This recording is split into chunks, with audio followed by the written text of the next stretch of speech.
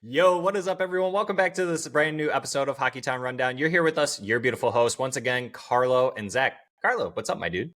What's up, dude? How we doing? How we feeling? We're doing well. We're getting ready for a pool party today. You know, I got my Spiffy shirt on. This is my pool shirt today.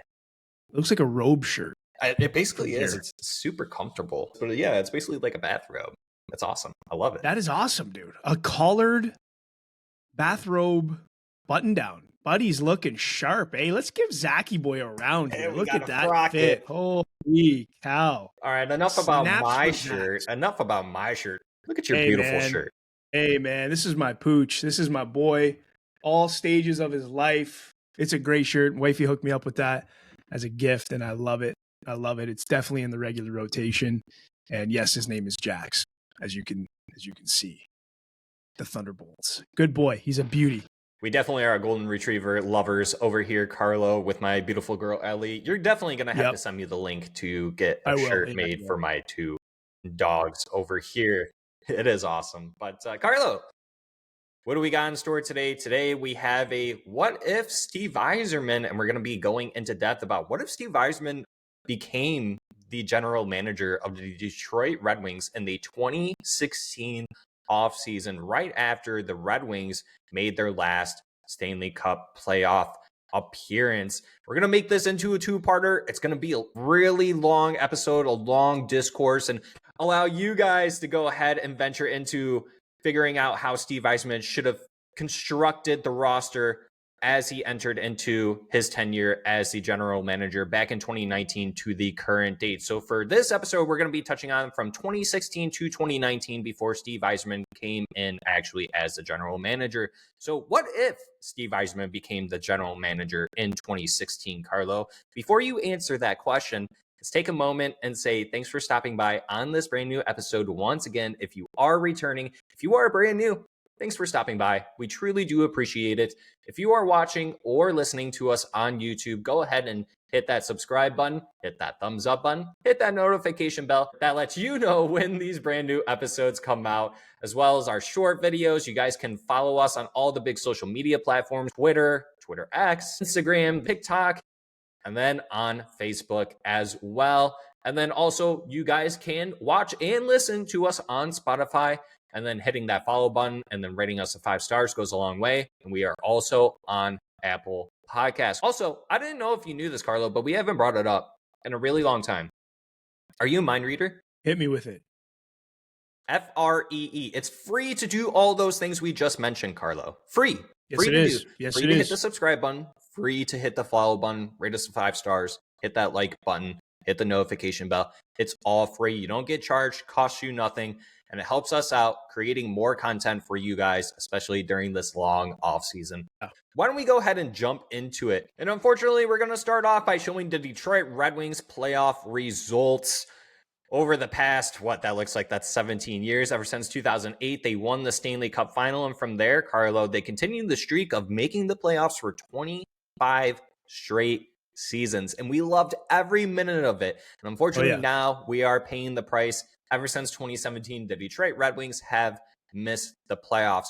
Where are we going to start, Carlo? We're going to start in 2016, where the Red Wings finished with a 41-30-11 record, going up against the Tampa Bay Lightning in that first round. And in that playoff series, the Red Wings only scathed away with winning 1 out of the 5 games played in that series, and Tampa Bay just absolutely crushing the hopes and dreams of Red Wings fans alive. Carlo, correct me if I'm wrong. This was the playoff series where Justin Abdelkader had that one serious picture moment where he's on the ground with someone and he's about to punch him in the face. And then that's when everyone was like, you have to give him the A. Is that when that happened? I think it was, dude. Yes, I think it was.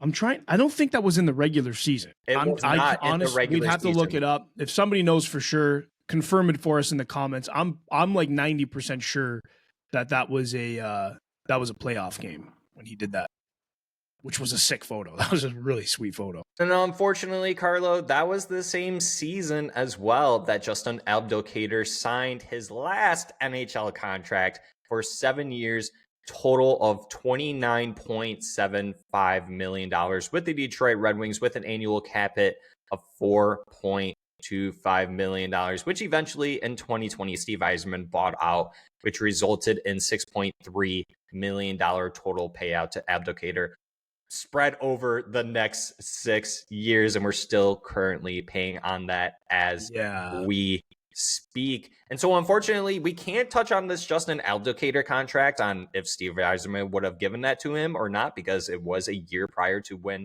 hypothetically, he comes into play. But let's just go ahead and talk about some of the players that were on that roster that year, Carlo.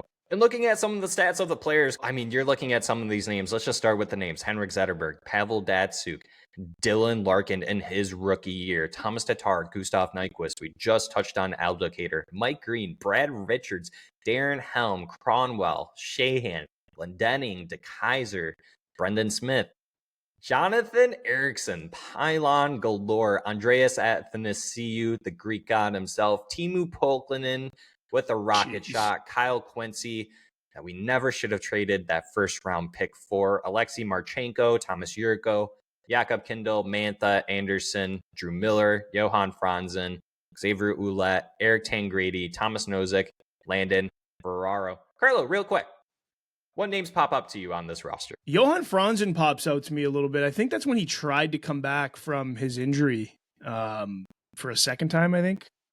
Maybe even a third time. That one pops out to me. Man, I really loved Johan Franzen. I still do. I wish things worked out differently for him because he was a treat to watch.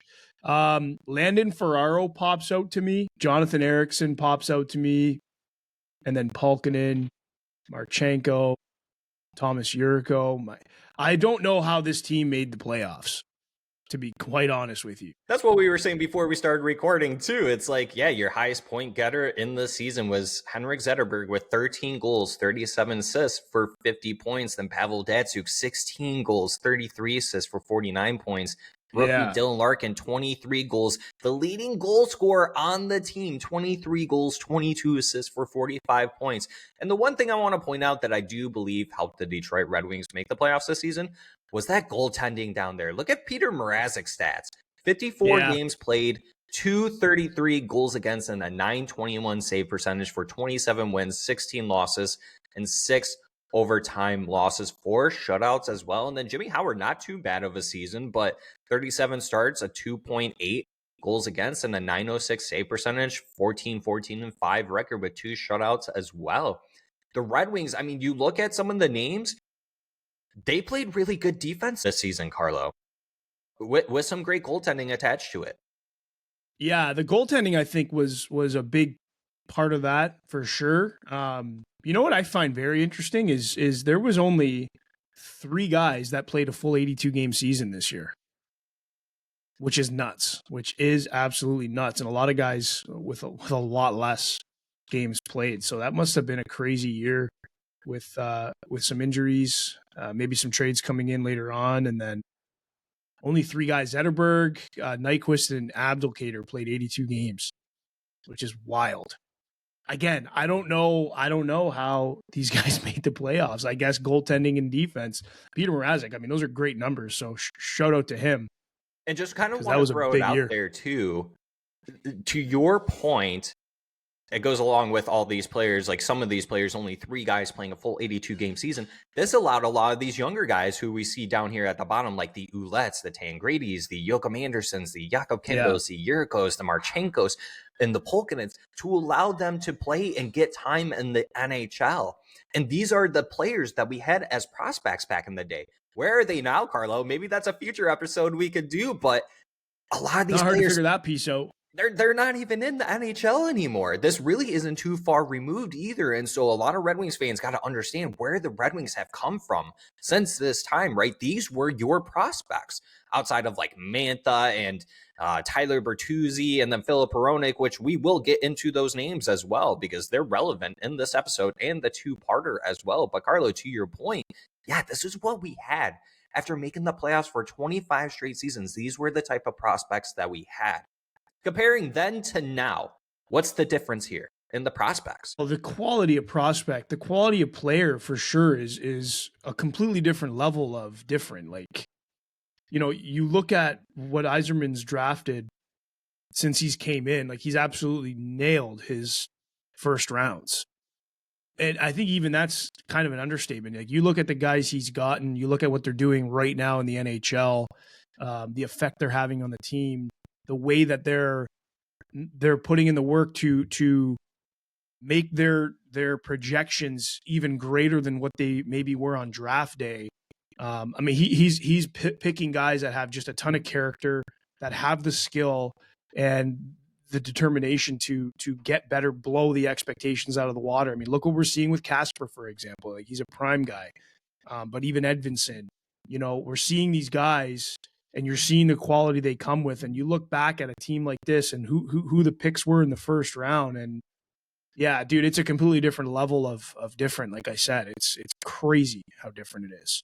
Yeah, and that comes along with, the Red Wings, the 25-year streak. You're trading away a lot of your first-round picks, your second-round picks, and that's where a lot of these players come from, is like the second round, the third round, and even later rounds. And granted, some of these players, yeah, it's sweet to see that they beat the odds and made it to the NHL, but can we really say that it was well-deserved based on how skilled they were? They are skilled players, but were they skilled enough to stick around in the NHL? That's clearly not the case, Carlo. Only some of these players. I mean, even looking back at 2015, I mean, you had to trade away players like Mattias Janmark, Kelly Yarncrow, and some of those players are still playing in the NHL as of today. Credit to Ken Holland for keeping the streak alive as long as he could, but probably should have started it 2 years prior to that. I think we could probably agree on that. Maybe even sooner. Who knows? Yeah, I mean... Yeah, I 100%. Like, it couldn't have started soon enough when it was going bad. Like, let's just call the spade, right? Right. So, all right, let's just go ahead and rip the Band-Aid off, Carlo, and let's move over to Steve Yzerman's first move. But let's touch on what Ken Holland did. So, going into the 2016 NHL draft, the Detroit Red Wings originally had the 16th overall pick. Pavel Datsyuk comes to Ken Holland and says, I don't want to play anymore. I have 1 year left on my contract. I think his cap hit was coming in at like $8 million or something like that, maybe like 8.5. So it was a pretty high cap hit. And in order for us to move that off, we had to trade it over to the Arizona Coyotes, as well as our 2016 first round pick, the number 16th pick, in return for Joe Vitale, a 2016 first round pick, which was pick number 20, and then a 2016 second round pick. Our first pick became Dennis Cholowski and then Giovanni Smith. The Arizona Coyotes were able to select Jacob Chychrun. If crazy. You were Steve Yzerman, and we're going to try and do our best at this, what if Steve Yzerman never traded away Pavel Datsyuk's contract and just ate that and said, okay, this is how we're going to go into the full rebuild, and I'll eat his remaining cap, and then able to draft a stud defenseman like Jacob Chychrun? So that's, tough, I know. To be honest with you, I think looking at it two ways, that's obviously way number one, but way number two is you make this a similar deal, but instead of going after Chychrun because he's gone, you go and get Tage Thompson. In hindsight. In hindsight, of course. But I mean, the numbers that Tage Thompson had going into that were pretty gnarly. So, I mean, it's kind of hard to ignore a guy like that at the round he was at, even at 20th. Well, I guess he's in the first round, but at the 20th pick, yeah, I don't know. I really don't know. I mean, Datsyuk retires, rebuild immediately starts. I think that's the direction Stevie Y would have gone in. If he was able to eat that cap, keep that pick, I'm pretty sure he would have done that. If he decided at that point in time, we are in a rebuild, not a retooling, a rebuild, I think he doesn't trade the rights. I think he keeps that pick, and yeah, he probably goes and gets the Chychrun. You're not like when at that point when you lose a guy like Datsyuk, man, like you even at the tail end of his career, he was still one of the most effective players on the ice. You lose a guy like that, why the hell would you move back in the draft? That's not going to help to get rid of his rights. Like I would have just called it right then and there. Okay, we are done. We're in a rebuild. Datsyuk's done. Let's figure out what the next 5, 6, 7 whatever years are going to look like in terms of draft capital picking high. I mean, that's kind of what you want to do in a rebuild, right? Is pick high. No idea why we went back in this draft. This is the draft that I think really started the prolonged rebuild that we're in today. Would you agree? I would 100% agree with you. And I agree with you too that moving back, granted, it was only, what is that? That's 5 spots. But the difference in moving back the 5 spots from a Jacob Chychrun to Dennis Cholowski, granted, I do believe that the Red Wings didn't properly develop players like Dennis Cholowski, but not only did you move back those 5 spots while moving on the contract to Pavel Datsyuk, where at that time, correct me if I'm wrong, people, let us know down in the comment, but then you also included a second-round pick, but that talent between Jacob Chychrun and Dennis Cholowski as defensemen, and Dennis Cholowski is a right-handed defenseman too, like that, it was just here and here, right? You know, Dennis Cholowski coming out of the BCHL, he had all right numbers, wasn't a point per game player, but you look at someone like Jacob Chychrun, it was a different, completely different type of player coming out of the OHL for the Sarnia Sting, wearing an A2 in 62 games, put up 49 points, 11 goals, and 38 assists. And then that next season starts playing with the Arizona Coyotes. That could have been the Detroit Red Wings. And that's why I believe, you know, what if Steve Yzerman just never made that trade? You would have just kept the contract of Pavel Datsyuk, what once was. You would have had your potential top 4 left-handed defenseman right there starting for you, and then eventually becoming your top pair left-handed defenseman. So it's just really tough. But what if Steve Yzerman did do this to where he didn't make that trade? Well, I don't think we would have. I think it would completely alter the timeline that we live in right now completely. Like, I don't think we have Moritz Seider. I don't think we have Lucas Raymond. I don't think we have Simon Edvinsson. Because it's this whole rebuild would have hypothetically started right then and there. You go and get potentially Jacob Chychrun, and like you're going to continue to do the plan that he's been doing. You know, let's call it those 5 years up until 2019. You know, maybe he still gets Seider, maybe, but after Seider, I think Seider would be like the cutoff at that point. And who knows if they even finish that low too, like, you know what I mean? Based off the players they would have gotten up until that point. And then it comes down to, well, what would you have rather have happened?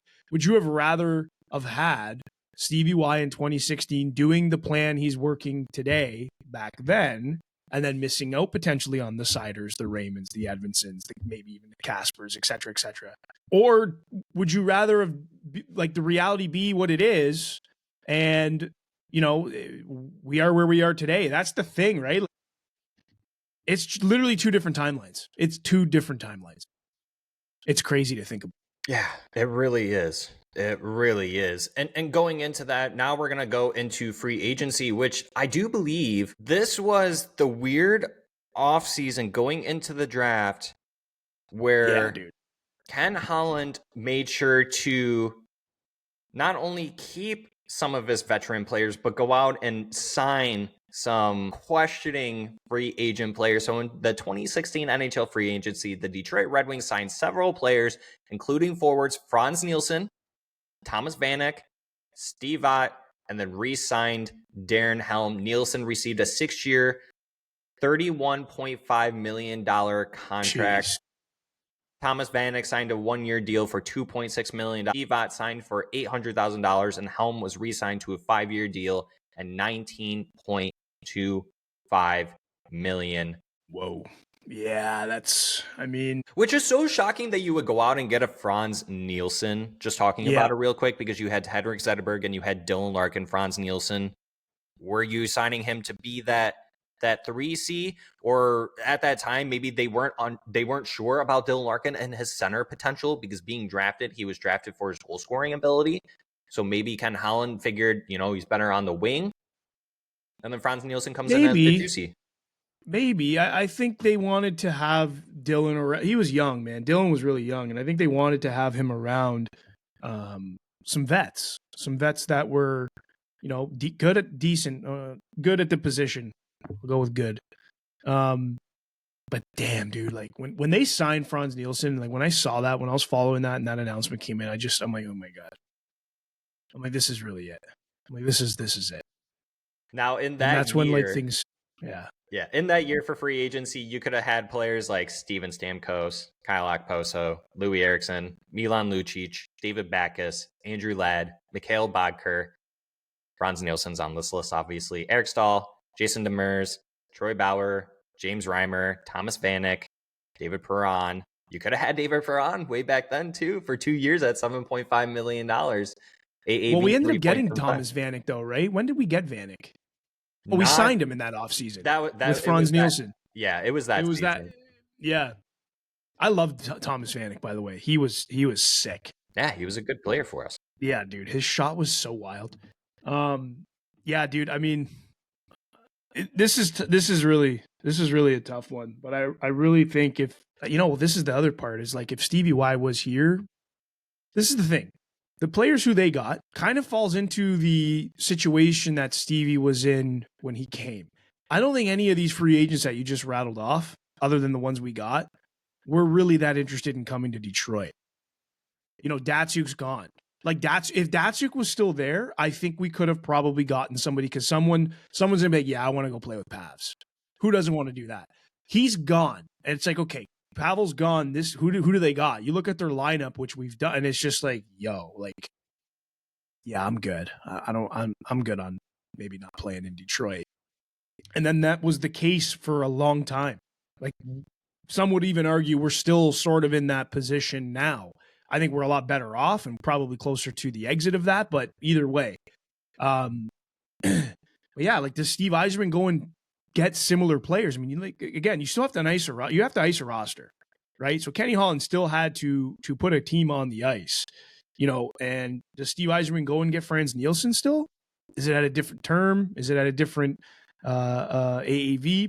I would like to think so, although I don't know, considering his first couple of free agent moves. I really don't know. Insert Andrew Kopp and JT Comper for Franz Nielsen. Yeah, exactly. So, man, this is a tough one.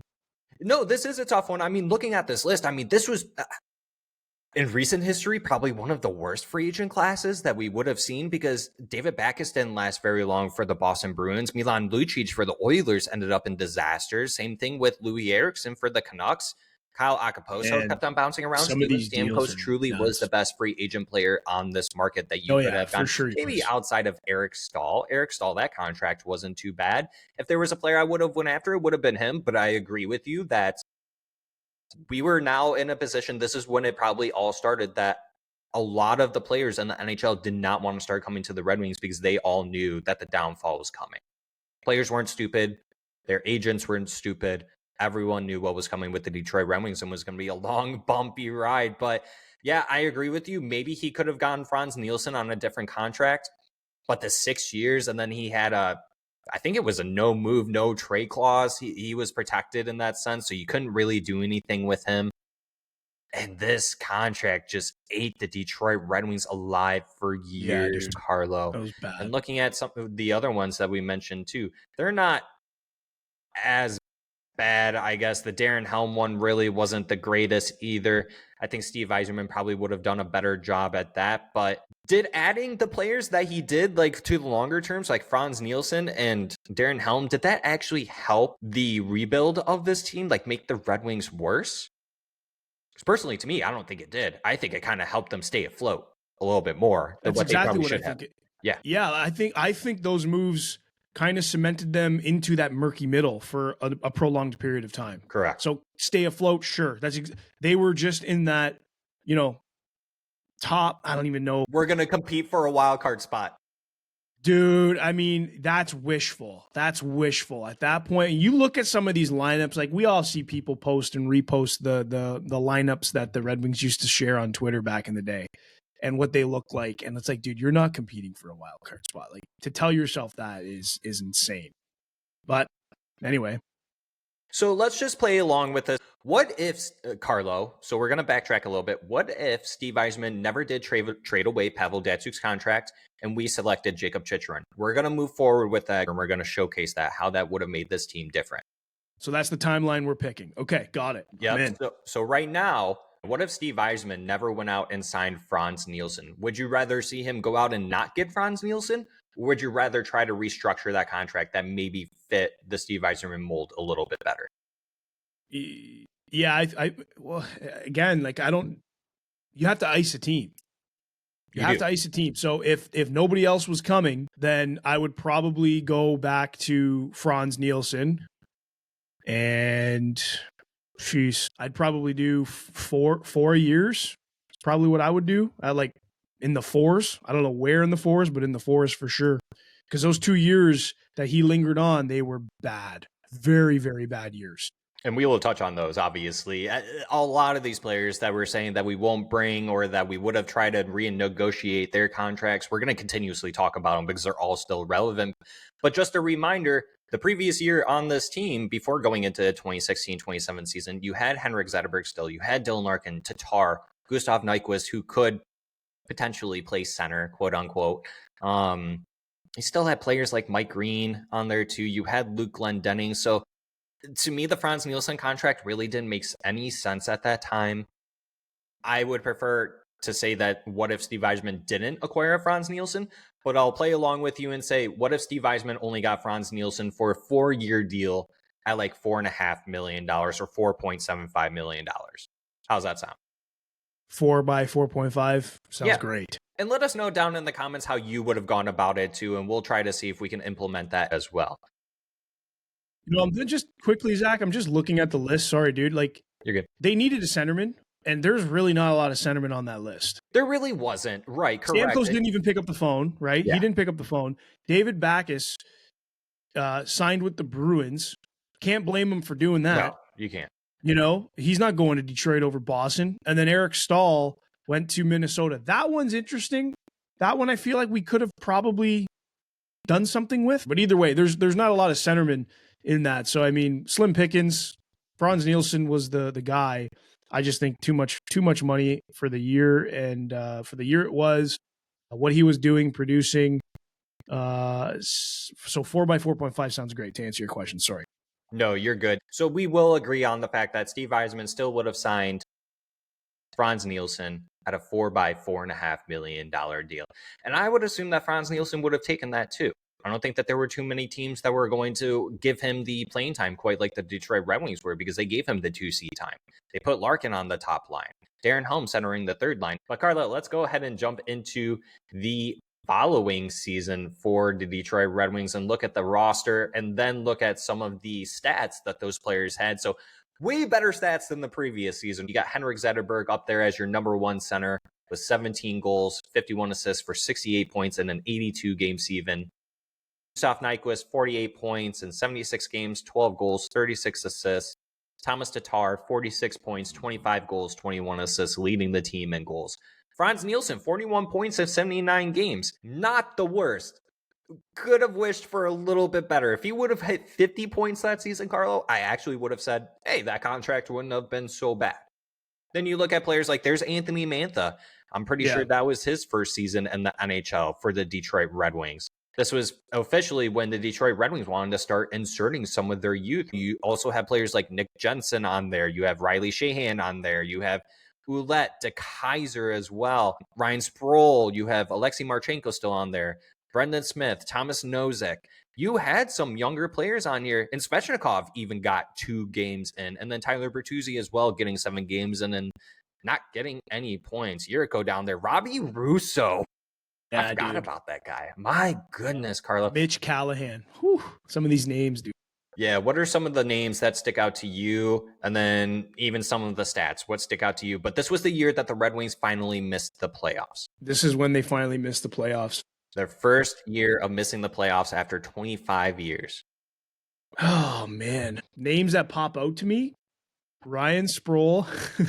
Ben Street. I mean, Ben Street didn't really play many games, but Ryan Sproul for sure. I mentioned Robbie Russo, Mitch Callahan. Xavier Ouellette always pops out to me. I think it's just because his name's Xavier. That always pops out to me. It's a pretty cool name. Not many screamers on this one outside of the ones we just mentioned. I just look at Darren Helm at 17 points in 50 games and Justin Abdelkader 21 points in 64 games. And I'm just like, oy vey. But then I look at players like Mike Green, 36 points in 72 games, half a point per game player. He honestly I think he was underappreciated in his time in his Red Wings tenure. Granted, a lot of Wings fans wanted him sooner before he came over to the Detroit Red Wings, but he was a really good replacement spot for what we needed in general after Nick Lidstrom left us, because that was just a huge gaping hole on the defensive end outside of Nick Cronwall. And then obviously you had Danny DeKeyser, who was starting to fall off because of back injuries and everything. Yeah. And again, only 3 skaters with 82 games played. But you know what screams the most here is just how much worse we were defensively. Datsyuk's gone, and this team is just terrible defensively. And it showcases in the goaltending, maybe not so much Jimmy Howard, but he didn't play as many games this season. In 26 games, had a 210 goals against, and then a save percentage of 927. He went 10-11-1. Mrazek kind of having a roller coaster of a year in 50 games at 304 and a 901, 18-21 and 9 record. Sheesh. And then Jared Carew, I'm probably pronouncing it wrong. Jared Caro, 14 games. Forgot about that man. 346 and an 887, a 5-4-3 record. I mean, they all got some shutouts too, which is super nice. But then let's go ahead and go over to some of the trades that happened.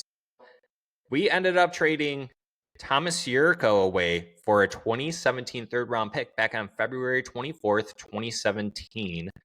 Brendan Smith, we traded away 4 days later for a 2017 third-round pick and a 2018 second-round pick. And by the trade deadline day, we only made 2 moves. We traded away Thomas Vanek for Dylan McElrath, a 2017 third-round pick, and then traded away Steve Ott for a 2018 sixth-round pick. I don't hate these moves, but then going back and looking at the roster, Carlo, I guess I should ask this first. Do you believe any of these trades we could have gotten more? Or do you believe that this is satisfactory? Or were there any players on that list that you would have entertained trading away? That if you were Steve Yzerman, what if Steve Yzerman? I think we possibly could have gotten a bit more for Vanek. I don't know if we would have got a player, but I think the 3rd-round pick could have been maybe a 2nd-round pick straight up, like a 2nd-round pick for Thomas Vanek, maybe something like that. The Steve Ott one, I'm not sure if we're getting more than a 6th-round pick for that. Although then the guy was at a league minimum too, so they must have sent him out. I don't know why they sent him out, to be honest with you. I can't remember.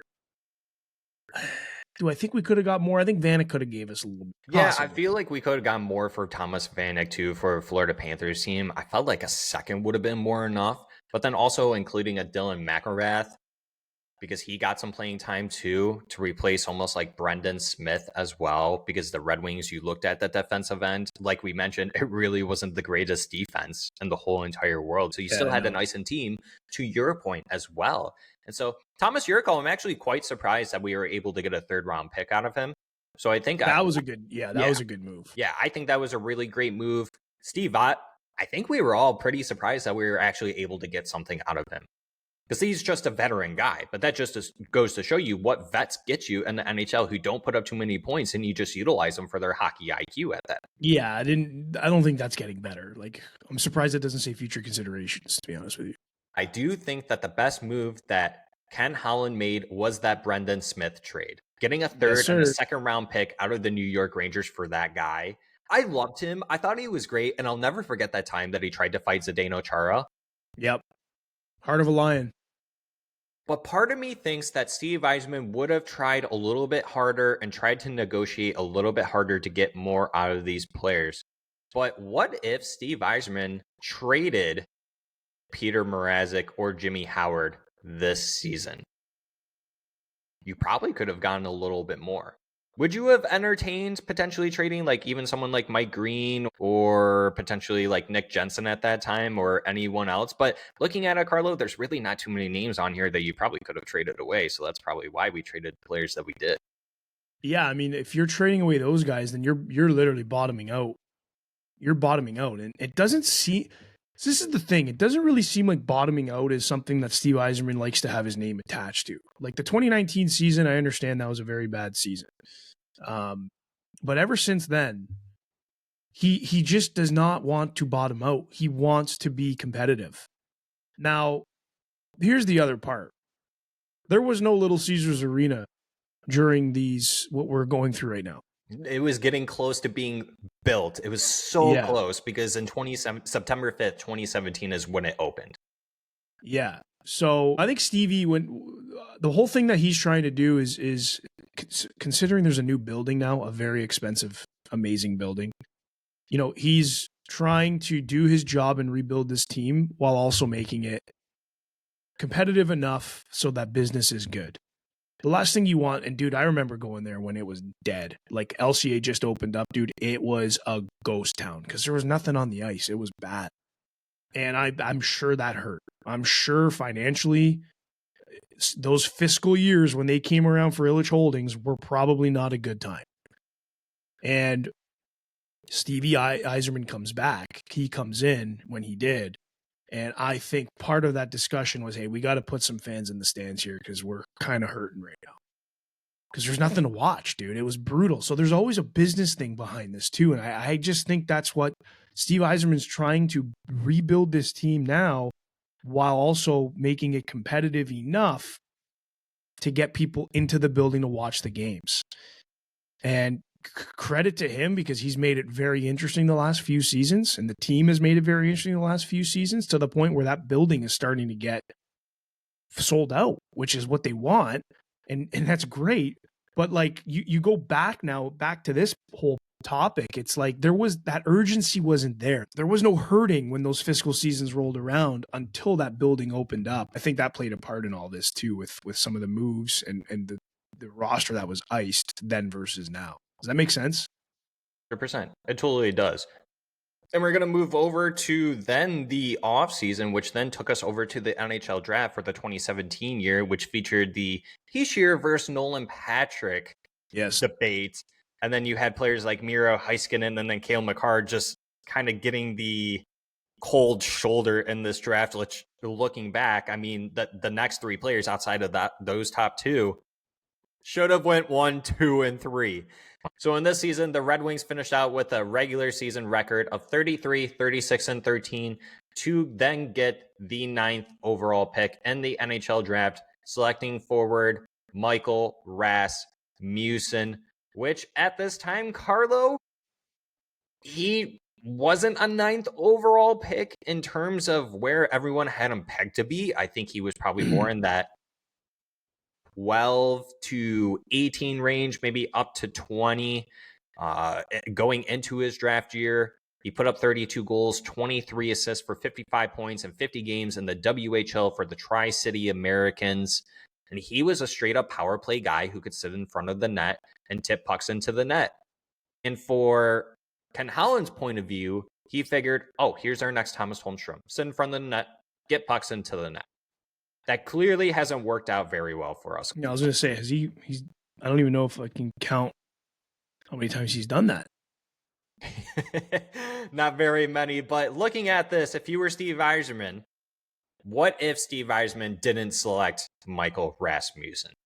Because I do think that the next player that he would have selected would have been either Gabe Vilardi or Martin Necas. But what 100%. If he selected either of those two players, Carlo?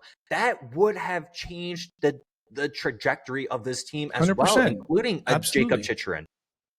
So we have Chychrun at this point. We finish here, and we skip on Ras, and he goes for Vilardi or Necas. Hindsight, of course, but I'm just thinking he probably would have done that. Bro, this completely alters the timeline. Dramatically alters it. And now I don't think you're going to see. I don't even know if you're going to see Seider at this point, because I think this team is going to start to be improving each year, each draft. Because again, Steve Yzerman has drafted incredibly well during his first picks, his first rounds. So if he's nailing these, yeah, dude, I think by 2019, 2020, you're probably in the playoffs. Yeah, and you probably could or have you're made in the that case. flirting with wild card thing. Yeah. You still would be flirting and competing for that wild card spot, right? But even you can make the case for players like Owen Tippett too, as well as Nick Suzuki, that they could have been on the radar for Steve Yzerman, because I do believe that Steve Yzerman probably would have still selected a forward, much like Ken Holland did, because you didn't have Philip Zadina yet or anyone else. You really didn't have anyone else outside of Dylan Larkin other than Mantha, Tatar, Nyquist, and Bertuzzi. And so selecting a younger forward to then come in eventually over time within the next year, maybe 2, as long as 3 years. Yeah, I think any of those 4 names after Michael Rasmussen probably would have been a better pick. I always look at Gabe Vilardi right there in 270 games, 175 points, but then even Martin Nietzsche has 326 points in 441 games. Nick Suzuki, my God, the difference that this team would be, Carlo, right now. So let's just go with Vilardi. I think that that's more than fair, because I don't want to sit here and say, what if Steve Yzerman actually made the correct pick and selected the best player in this draft? Because then I would have said, okay, he would have selected Robert Thomas down there, or even Josh Norris. Oh, Vilardi makes sense. He kind of fits the build too, right? He's a big boy. I could see him being on Yzerman's radar for sure if Yzerman was there. That's fair. That's a great call. Now, the only thing that I always want to try and implement too is, how much can I try and be Steve Yzerman? Steve Yzerman, we've seen in some of his drafts that he likes to go off the board. He's not too afraid to go off of what he feels is the best pick. So he's going against the status quo most of the time. So is there an opportunity here where we think that he would have maybe made a reach for someone like Robert Thomas, or even someone like Philip Hedl, who's right there as well, or maybe someone even later? I don't think so. You probably would have stayed within that range, but what do you think? Yeah, I think you're right on. The only other person I would have suggested was Josh Norris. Maybe going and grabbing a Josh Norris, which is right above your suggestion of Robert Thomas. Both great players, by the way. Could have been anything. Could have been many things. Going into the free agency this year, Carlo, you look at some of these players, and the Detroit Red Wings weren't too active in this one. You got Trevor Daley right there, just to name one off, for 3 years, $3.178 million deal. But looking at this offseason, Kevin Shattenkirk, Radulov, Thornton, Alzner, Martin Hansel, Steve Mason, Justin Williams. Not too many players that you could have re-signed here, and the Red Wings were pretty silent in this offseason, Carlo. Are there any names, any players that you probably would have gone out and signed other than a Trevor Daley? Would you have tried to have re-signed a Brendan Smith after trading him, or maybe going after someone like a Michael Del Zotto? I think here, again, thinking Steve Yzerman and his brain, and how I think at this point you're making a move with sending Peter Mrazek out for a haul back. And maybe you take a swing at Ryan Miller or Brian Elliott. Just thinking about that, because then you're getting your picks back, or whoever you're getting back, for Peter Mrazek, who had a great year, had a decent, then kind of dipped a little bit, had an okay year, but I think there was still some brand power behind his name, considering what he did and the way he played and his age. Again, he would have been a desirable asset, I believe, considering his age at that time. And that's the other thing we got to look at, is what desirable assets did we have back in 2016, now in 2017, that were in that group, that age group of, 22, 23 up until about 26, 27. Peter Mrazek's in there. And yeah, I think I would have tried to move Peter and went after a Brian Elliott or a Ryan Miller. Where are you at?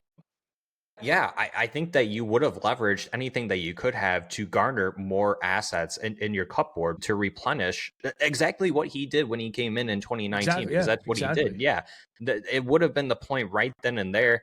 I don't know if he would have actually gone out and signed a player like Trevor Daley for 3 years, but you got to add bodies. He also signed Luke Witkowski that year. He also gave more opportunities to young players like Nick Jensen, Ouellette, Sproul, Bertuzzi, Svechnikov. Yeah, I mean, Peter Mrazek, that maybe not this offseason. Steve Yzerman, what if Steve Yzerman did it? You probably wouldn't have gotten as much as you would have liked to. I think the year prior probably would have been the best time to have done it, because that was when he was high. I don't believe that, but I don't think that there's anything that Steve Yzerman would have done anything differently, to be honest, based on how it was constructed, but I do like where your head is at, that maybe there would have been a potential for him to move on from Peter Mrazek, but you still have to have competent NHL players on your team still. Especially goalies. And it's when Jimmy Howard just kept on falling off too. So let's go ahead and jump into then the following season and talking about some of the stats and the players that were on that team. And so going into it, you had Dylan Larkin, 63 points in 82 games. This is when Red Wings fans were like, hell yeah. Okay, here's our 2C, potential 1C of the future. He's going to be the Henrik Zetterberg replacement. You know, nothing on here really sticks out to me other than Svechnikov not really getting the flowers that he deserved. And I do want to point that out, that what if Steve Yzerman gave Svechnikov a whole entire year on the NHL this season, going into the 2017-18 season? I think his development would have been a lot better, because looking back at the AHL at that time, the Grand Rapids Griffins, they had an all right team, because a couple years prior to that, they won the Calder Cup with Tyler Bertuzzi. But from there, it kind of all fell off. So I felt like that the development in the AHL for Svechnikov wasn't the greatest. So your thoughts on what if Steve Yzerman gave Svechnikov a whole entire season to play in the NHL in 17-18? Well, I think that would have been good for his development. You know, giving him more than 14 games, which it's nuts. I think that would have been great for his development, and I think that could have altered the course for him a little bit. I think what we got with Yevgeny Svechnikov. I don't know if that would have completely changed his career. I'm not convinced it would have, but I think it would have been good for his development to give him a full shot in the NHL. And there's probably a good chance that he would have. Rather than bringing on, well, I guess they didn't really bring on that much. So, you know, the only way he would have really played more is if he really pushed himself into the lineup, because Steve Yzerman's big on that, or injuries. And again, this team had 3 guys that played 82 games. So there were some apparent injuries, and that's probably why he got his 14 games. So unless he pushed himself onto the lineup, I guess that's the only way Stevie would have given him a full year. And had he have done that, he could have, again, that timeline could have looked a lot differently for him too. But I think it would have helped his development either way, for sure. Yeah, even someone like Tyler Bertuzzi, he didn't get a full season. He played 16 games in the AHL with the Grand Rapids Griffins, where he was almost a point per game player. He put up 14 points, 7 goals, 7 assists as well. So it's kind of in that Jonathan Berggren stage where we're at now, right? With Bertuzzi. Yeah, it just goes to show that the mentor and the mentee, they don't fall too far off the same apple tree there. I'm no Dr. Seuss today, but it worked out very well there on that one. So they kick a beat for Zach to freestyle right now. Holy cow. It's rhyming up a storm. Yeah. What if Steve Yzerman didn't hold these young guys' hands and forcing them to start out in the NHL instead of just saying, yeah, you guys can make the big club? Granted, obviously, we have to look at the fact that there maybe were no roster spots. But I do believe at that time that these players could have beaten out the likes of players of like David Booth, Wojciechowski, Martin Ferk. I mean, granted, he put up 25 points in 68 games. There's your Ferk, by the way. You were asking about him earlier. Bombs. Yeah. I don't. You know what? You raise a really good question, because I think. I think it would have been nice to see the younger guys. Like, it would have been nice to see Svechnikov play David Booth's 28 games. I think he would have been far more effective than David Booth. I think that's not hard to read into. I mean, Booth had 28 games, 5 points. Svechnikov had 4 points in 14 games. I think that would have been a no-brainer. Again, hindsight, though, like, you're just kind of picking it apart and going back on what would I have done differently, you know? And then, like Luke Witkowski was an interesting one because he played D too, you know, so I don't know if how many of those games, you know, he was actually playing D, because like that was the strangest thing to see him go on and off. I was like, what a strange creature to have. Swiss Army knife. I loved Witkowski, man. He was awesome. He was a Swiss Army knife. Oh yeah, 100%. I do want to backtrack a little bit, because I do want to highlight the draft picks that we actually acquired. With the Red Wings' second overall pick, they did select Gustav Lindstrom, who was serviceable for his time with us for the couple seasons that he was with us. But look at all these third-round picks, Carlo, that just did not do anything for the Detroit Red Wings. This is 2017? This was 2017. This was the Rasmussen draft. So Kasper Kakensalo, a defenseman, what happened with him? Doesn't even have any stats right there. Lane Zablocki, no stats there. Zach Gallant, no stats there. Keith Petruzzelli. I remember Keith Petruzzelli. I don't know what he's doing today. He's probably working at Costco. Never ended up getting any NHL time, unfortunately. But the drafts were terrible, dude. The drafts were terrible. He was playing in the AHL this season. Granted, not the greatest stats, but he did get bumped down to the ECHL.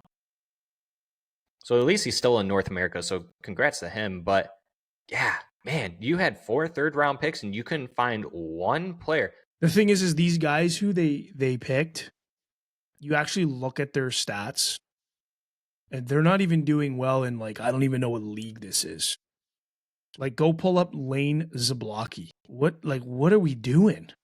You're not going to find too much on him. I mean, listen, I'm just going to let you look. I'm not even going to say anything. I don't want to ruin my day or any of yours, frankly. I definitely don't want to ruin ours. But, like, this is just exhibit A of what are we doing? So then in this season, Carlo, going into it, the Detroit Red Wings then finished out the season with a 30, 39, and 13 record. Yeah. And going over to some of the free agents in this season, Carlo, you had John Tavares making the big splash, going to the Toronto Maple Leafs, John Carlson, James Van Riemsdyk, Ilya Kovalchuk. This was when the Red Wings re-signed Mike Green for 2 more years at $5.375 million. You saw them re-sign Thomas Vanek for 1 year at $3 million. Yeah, Jonathan Bernier. Loved Burns, dude. He was the man who literally got almost no love, who helped the Red Wings tremendously, honestly, personally to me. And that was a horrible time for anyone to come in for the Detroit Red Wings because it just kept on getting worse and worse as the years continued. But what if Steve Yzerman didn't re-sign Mike Green and Mike Green wanted to go someplace where he could actually have a chance to win? I mean, I don't know if it would have hurt us even further. I mean, I don't know what we were doing at this point. Like, were we trying to make the playoffs? Because I don't think it was very possible. So yeah, I mean, I think that there is a chance that Steve Yzerman probably would have traded Mike Green, right-handed D-man. The thing is like we didn't have another one. So it's like you almost, like, we got to keep one. Like, we need at least one of them, right? So maybe that's why he stuck around and why he got extended, because who else did we have, right? No, right, yeah, exactly. Just, you got to ice a team. Like, you got to put a team on the ice. So it's, I mean, yeah, I don't know if he would have parted with Green. I think if he would have drafted, if they would have targeted a stud right-handed defenseman in the draft, at this point, then yeah, maybe they trade Green and flip him for some picks when he was still relative and still solid. What do you think? Like, would you have traded Green, and if you did, what's your D look like? Yeah, I mean, I would have re-signed Mike Green. I actually would have kept him. I don't think that there would have been any other changes if I were Steve Yzerman. I mean, what Ken Holland did is more than likely what Steve Yzerman would have done, where he goes out and gets these veteran guys. He understands that there's young players coming up in the roster that we got to teach the ropes to, help them understand what the NHL is like, what to expect. Because you'll have players still like Tyler Bertuzzi, Anthony Mantha, Svechnikov. I mean, we had Philip Hronek at that point too, and he was also a right-handed shot. Albeit I think that was by the time that he was going to start on the roster. Yeah, so it's like, are you trading Green and giving Hronek that spot first time on the roster, and he's jumping right up? No, I think Mike Green stuck around to mentor Philip Hronek on the right-hand side. Yep, right? He would be the number 1 right-handed D-man, Mike Green, and then Philip Hronek being that second pair right-handed D, much like how we want to get Erik Karlsson to do the same thing for ASP, right? That's the thought process. It's been done before. Like, we're not that crazy, folks. Like, come on now. We're not just that crazy. We're still nuts. We're still out of our minds, but we're not that nuts.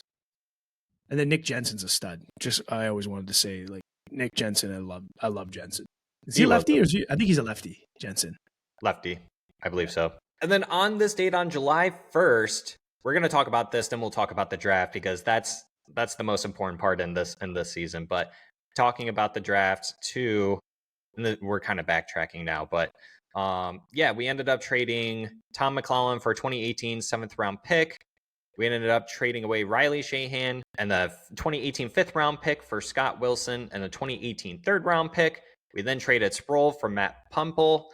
And then we also traded Scott Wilson for a 2019 5th round pick. And now, Carlo, let's jump into the draft. The Rasmus Dahlin draft, the tank for Dahlin draft, where the argument there, it was there. It was between Dahlin and Svechnikov. Who was going to go number 1 and number 2? I think the correct choice was Rasmus Dahlin. Yeah. Player's day. I mean, just a stud, left-handed defenseman. And then let's just talk about it. The Detroit Red Wings 6th overall pick selected Filip Zadina, who ended up putting 91 points up in 262 career games in his 6 seasons with the Detroit Red Wings. Well, granted, one of them being with the San Jose Sharks, I should actually say. So yeah, 5 seasons with the Wings. But what if Yzerman drafted Quinn Hughes? Just for fun, but we all know that that's not.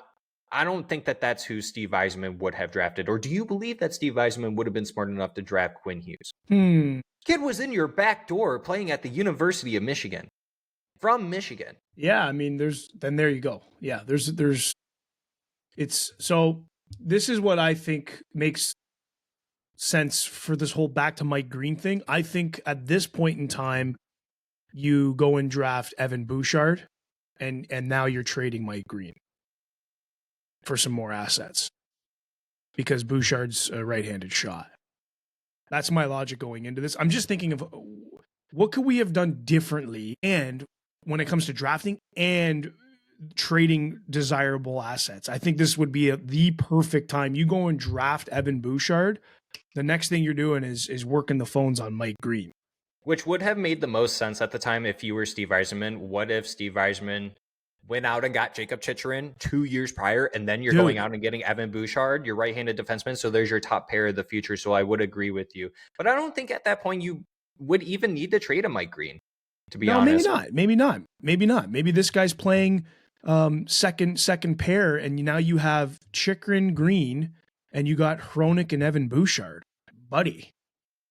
Okay. Yeah, because granted, the Edmonton Oilers didn't insert an Evan Bouchard until after his season ended with the OHL London Knights when he was the captain of their team. So in that season, he put up 53 points, 16 goals, 37 assists in the 45 games played in the OHL. Prior season in that draft year, he put up 87 points in 67 games. So I would agree with you that Steve Yzerman probably would have targeted someone like a Bouchard. But then there was also the rumor that if the Red Wings didn't draft Filip Zadina, it was going to be between Boquist, Bouchard, and Dobson, I believe. Yeah, and that Dobson's the other one. Dobson would have been the other one, I think, on his list. I think it would have been a right-handed D. I would agree, because you look at the forwards after that, I can't imagine Steve Yzerman would have been interested in someone like an Oliver Wahlstrom, who came out of the Prep Academy, I believe. If I'm not wrong, that's just off the top of my head. I'm not looking at the stat sheet, but I remember that. And then maybe someone like Ty Dellandrea at that time, maybe someone like Joel Farabee. But then looking at the defenseman, I think Steve Yzerman and his amateur scouting would have been smart enough to realize that defensemen at this point are significantly higher in tier of skill level and set, whatever they offer, compared to the forwards at that position. So I would agree with you. I think it probably would have came down to Quinn Hughes, Bouchard, or Dobson on the sole fact that you have Jacob Chychrun, who probably would have been on the roster that previous season, Carlo, playing on the team as your left-handed defenseman in that top 4 position. And so from there, yeah. Then fast forwarding in the future, you would have had Jacob Chychrun and then Filip Hronek as your top pair. Evan Bouchard would have been your second pair defenseman. Dude, and that's like your entire outlook now is different, man. Like completely different. This is why I say, though, it all completely alters the course of our reality and what it is right now. Completely alters that. Now let's talk about how we ended up getting Joey V, which came from the Thomas Tatar trade. So let's talk about Vegas, these trades again. Let's go back. So this is when we actually traded Peter Mrazek, Carlo, back on February 19th, 2018. for a 4th round pick and that year's draft, and a 2019 3rd round pick. All picks were conditional.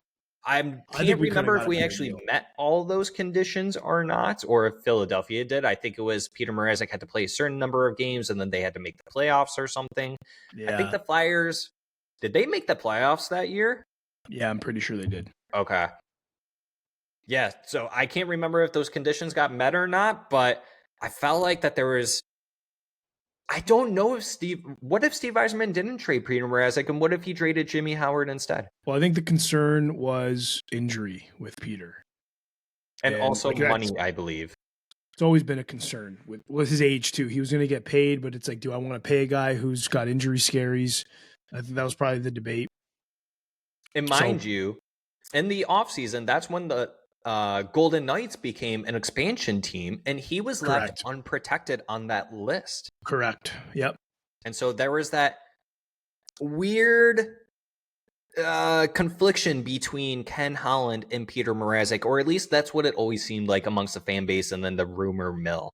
But I would have liked to have gotten more, but that was the asking price for goalies at that time, because I believe there were a bunch of other goalies getting traded in that same season too, because that's when a lot of teams needed the more goaltending. They were all looking for goaltending. Yeah.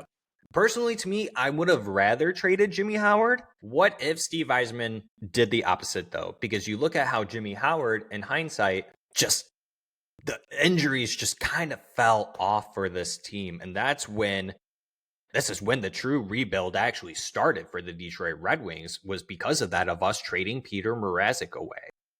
Yeah. But now talking about it, where we are inserting a Jacob Chicherin, Velarde.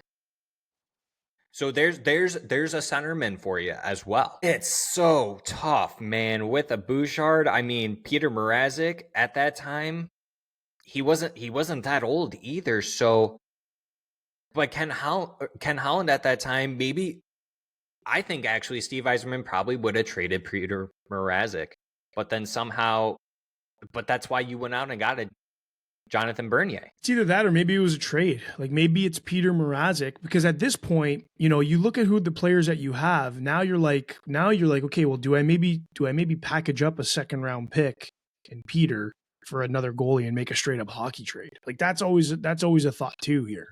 But obviously that wasn't the case because of Burns. But I almost wonder if that would have been an option. Yeah. So, are we going to stay course with Peter Mrazek getting traded, or are we going to say, what if Steve Yzerman went the other route? Which route? Keeping him or making a hockey trade? Which one do you think is more plausible if Steve Yzerman was a general manager? I'm looking at it, it's like, okay, now you have a team that's got some stuff. Like so Steve Yzerman just nailed all of his 1st round picks up until this point. And now his 1st round picks are producing in the NHL. They're playing, they're producing. You have a defensive core potentially going into next season with one of Bouchard or Dobson potentially coming in next season. I think he probably realistically keeps Peter and then makes that trade once all those picks are actually playing in the NHL. But to this point, this is where they traded Peter and brought in Bernier, right? Correct. So then maybe you know what? Maybe that's the move. Maybe that was the move. You bring in a little bit of a better goalie in Bernier, and you let these 1st round picks make the team and produce. Maybe that's still the play. Let's go with that. What do you think?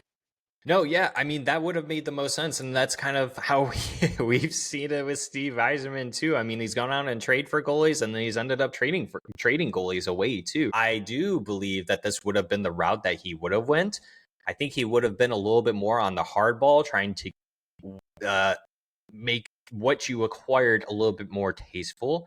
Probably would have attempted just for a 2nd round pick from a Philadelphia Flyers team that was desperate for goaltending at that time, because I think that was the time that Carter Hart started coming around, but they were still too unsure. All their goalies were injured. So I think you probably could have haggled a little bit better, but 100%. I think this would have stayed the same, to be honest, Carlo. So I don't think Steve Yzerman. What if Steve Yzerman never traded Thomas Tatar? We never would have gotten that's a Steve Yzerman. That is the most Steve Yzerman trade that Ken Holland has ever done in his career. I will say that is probably by far one of the better trades Ken Holland has ever done in his career. And I remember this happening too, because it was actually right after the time expired And then it finally came through, and my face, I was just like, he traded Thomas Tatar, and he got that from Vegas? Yep. And then Thomas Tatar, I think he only played like a few games for them that season. Didn't even do that much in the playoffs for him either. I can't remember. Yeah, I don't remember. I don't think he played a ton of games for him, but yeah. No, that was a haul, dude. That was excellent. And from here, Carlo, I think here's a good stopping point. I know that we said that we were going to go up until the 2019 season. There's just a lot going on and a lot of discussions that we're having. And so we want to include you guys. And so go ahead and jump into the comments as we kept on mentioning in this episode. We figured that this was a good spot to stop. We don't want to make this into a 2-hour episode as much as you guys probably want to listen to us for 2 hours straight. We want to make this into a segment. So honestly, Carlo, we might make this into a 3-parter. We kept on saying 2-parter throughout the whole entire recording, but Carlo, 3-parter, honestly. But this was a lot of fun. But your overall thoughts, Carlo, so far? Yeah, excellent. I think it's a fun thing to do, just to look at, this is the whole part of like seeking to understand, right? And it's kind of like fun to play the, well, what if this happened back in 2016 or whenever it did? It's really cool to see and dissect it and reverse engineer everything that happened to see what could have been. But you have to take that all with a grain of salt, because it severely alters our reality today and what that could look like. So I guess my ask is like, hey, like, pause the videos when you see the list pop up on the screen. Pause it, take a look at it. What would you have done? Right? What do you think would have made the most sense? You've seen all the trades, you've seen the free agent signings, you obviously seen what the team looked like. You've seen it all that you needed to see to make some moves and make some suggestions every year leading up until where we are today, which is, I guess, wrapping the 2018 season before next week we get into 2019. So let's get involved. Let's get engaged. What would you have done differently? Let's have some conversations on that. This will be a fun episode to chop up too, and really throw out some shorts with some quick questions on what you would have done. And yeah, we'll kind of take some feedback back, and we'll talk about that on segment 2 of this before we kind of get into everything that we're going to get into to carry on. We'll do a quick little deep dive on what you all think of this one, and we'll carve that out. We'll hash that out. We'll discuss that before we get into segment 2, and we'll kind of keep rolling with that until we get to present day, which is probably going to be closer to segment 3. So we're going to turn it over to you folks. Drop us a line as always. We appreciate it. We love it. And we totally dig engagement with you guys. I think that's huge. And yeah, you heard it here first. Until next time, we'll catch y'all on the next one. See ya. Love you. Bye.